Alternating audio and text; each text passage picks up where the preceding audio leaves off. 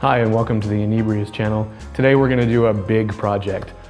One of the more popular cocktail channels on YouTube did an episode with a sparkling Negroni, and he used some equipment that was good for single serving, but then he bottled it, and it gave me an idea. I'll use some of the home brewing equipment that I have. I'll leave links to all of the equipment that I've used, and using that homebrew equipment, we're going to make a 5-gallon batch of Pimms cup, a 2.5-gallon batch of Campari Spritz, and we're going to put that in kegs, let them recarbonate, and then be able to serve them from the keg as a sparkling cocktail. I'll also show you the proper way to bottle from a keg. And so like I said, big project. It takes a lot of equipment, but it'll be worth it if you wanted to bring a sparkling cocktail. You can use a kegerator and have more in there than just beer. So let's get started. So obviously, to keg some cocktails, first you're going to start with kegs. These are Cornelius kegs, also known as corny kegs. They hold 5 gallons and were originally used by the soda industry. Soda is no longer dispensed using these, but they are still being produced because they have become very popular with home brewers. This is a ball lock keg and was originally used by the Pepsi Corporation. Pin lock kegs are shorter and a little fatter and were used by Coca-Cola. You will also need a bottle of CO2 and a regulator. Single regulators are fine, although there are on the market multiple regulators. This is a double that allows you to have 2 separate pressures on 2 separate kegs. This is a capper. I'll show you how to properly bottle from a keg, but I'll most often be serving straight from the keg, and you do that with this, a picnic tap. And this is a counter pressure bottler, something you need to bottle without losing carbonation. So there's the equipment you'll need. So we'll start with taking the kegs outside, and we're going to fill them with water. The reason we want to do this is because air, specifically the oxygen in air, is your enemy for anything that you're going to keg. Exposure to oxygen will make beer taste like cardboard. It can rot some of the ingredients in your cocktails, so you're going to want to get rid of all of it. So we'll begin by displacing all of the air with water. Do this by filling it to the top, over the top, and completely overflowing it with water.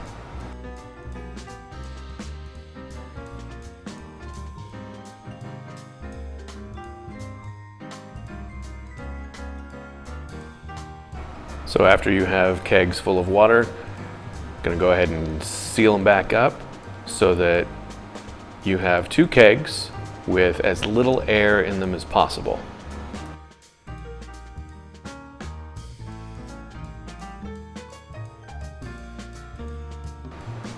Next, bring your CO2 outside and connect one of your kegs to the gas on the in port of your keg. Make sure the gas is on, make your connection, and then connect a picnic tap. So basically, now we're going to empty out all of the water that has displaced the air and displace it with CO2. After this long process, we'll wind up with kegs full of nothing but CO2. And it's pretty easy to tell when they're finally empty. Do this with both kegs and then bring them back inside. And I should be clear, I did 2 kegs because I'm doing 2 different cocktails. The first one is going to be a Campari Spritz. We displaced the water under pressure. These kegs are under pressure in CO2, so you'll want to release the pressure. You might think, oh no, right when you open it, you're going to let in some air. Yeah, I'm going to let in a small amount of air, but the good thing is CO2 is heavier than air, so it will stay inside the keg despite the small disturbance up at the top. This was just a guess, but the Campari Spritz is going to be a little less popular than the Pimms cup, and so I'm actually only doing 2.5 gallons of a Campari Spritz rather than filling the entire keg. But 2.5 gallons of Campari Spritz is still quite a bit, so we're going to use 6 1/3 bottles of Prosecco. So first I'm going to measure out the 7.6 ounces I need from the partial bottle into a measuring cup and pour that in first. And I think everyone needs one of these pieces of equipment. Keeps a bottle of champagne fresh. I'll leave a link in the description.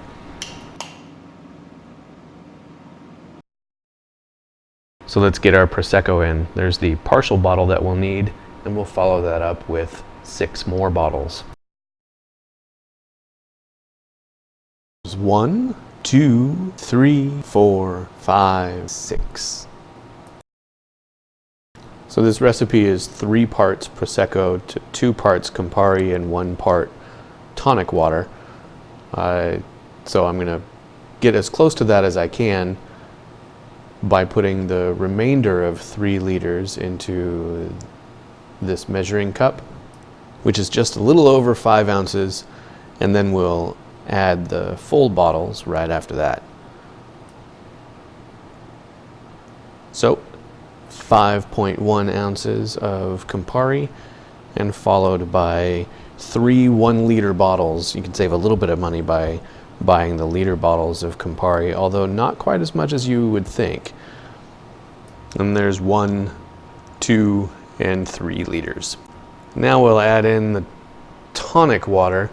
Our original recipe for Campari Spritz uses club soda, but I was using a dry Prosecco, and I wanted to add a little bit more sweetness to this than the Campari, so I decided to use tonic water.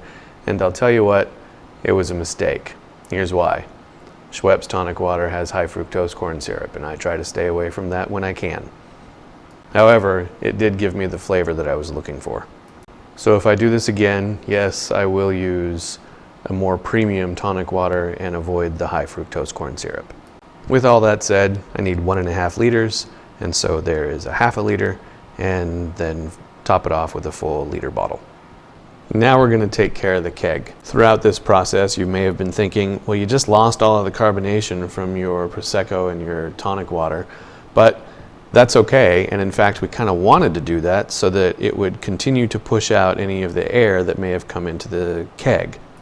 Because after we seal off the keg and then attach it to the CO2, we are again going to purge the keg just a little bit, a few times, so that if there was any air caught in the top, it'll come out by adding CO2 under pressure and then purging the air out of the top of the keg, so that we can ensure as little air in the keg as possible and all CO2. Now I should have had a camera down here, but what I'm doing is putting the keg under pressure and then taking the keg off of the pressure and then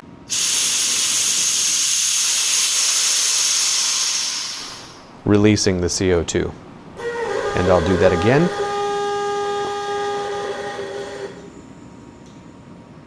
Put the keg on pressure, take the keg off of the pressure, and release. CO2 will enter into a liquid solution based on 2 factors: the temperature of the liquid and the pressure of the gas. There are handy charts easily found over the internet for homebrewers that will tell you what pressure to leave your keg at, depending on the temperature of the refrigerator that you put it in. Know those 2 things and put your keg in with the CO2 into your fridge at the right pressure and leave it there for a week.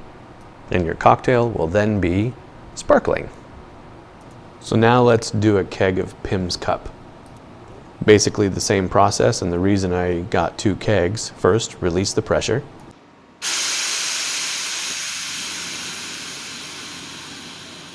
Then open up the keg and start adding your ingredients.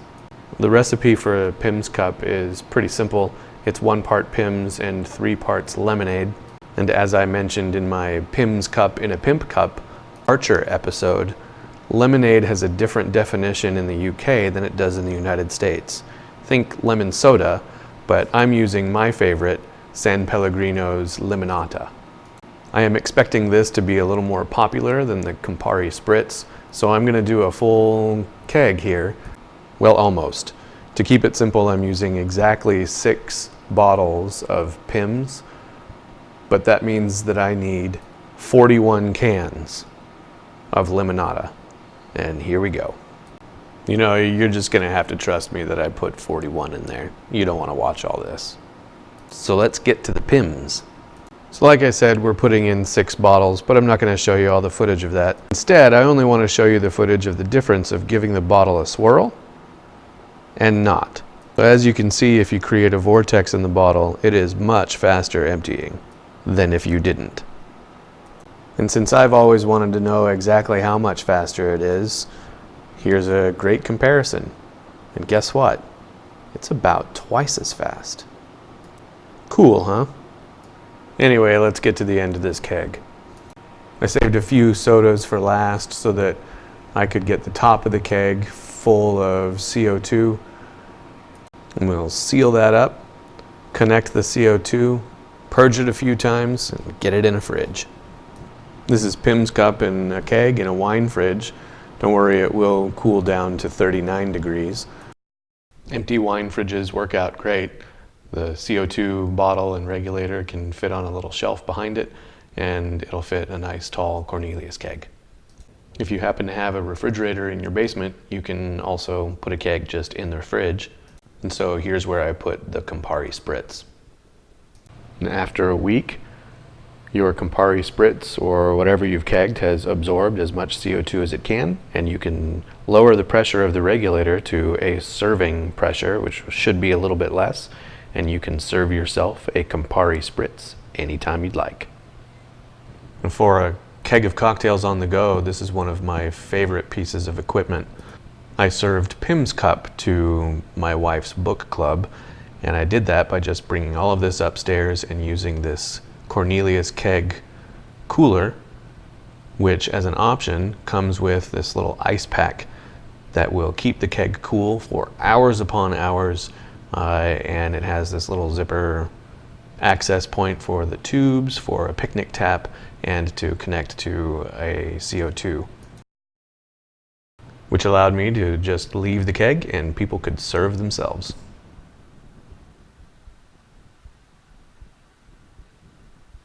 And as promised, I was going to show you how to counter-pressure bottle fill from a keg.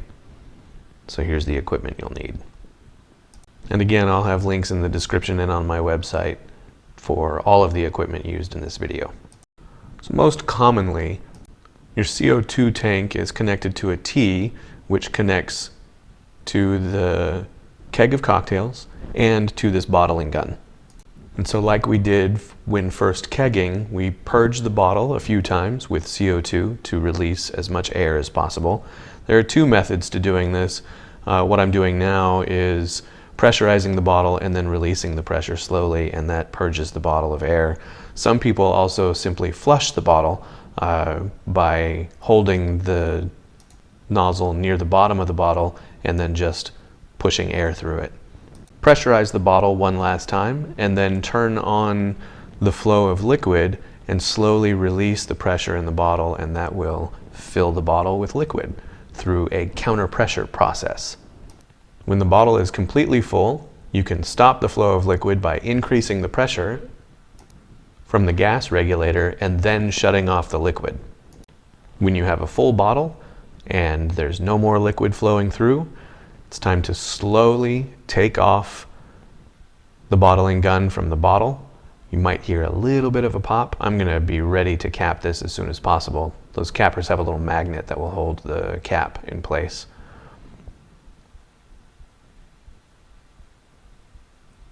Put the cap on and crimp it closed. Now you have a bottle of Campari Spritz ready to go in the fridge, and this will keep for a pretty long time because there's really no air through there. So that's how you can keg and bottle cocktails. Again, thanks for watching. If you enjoyed this video, please hit the like button below and subscribe for more videos on cocktail creation and alcohol education.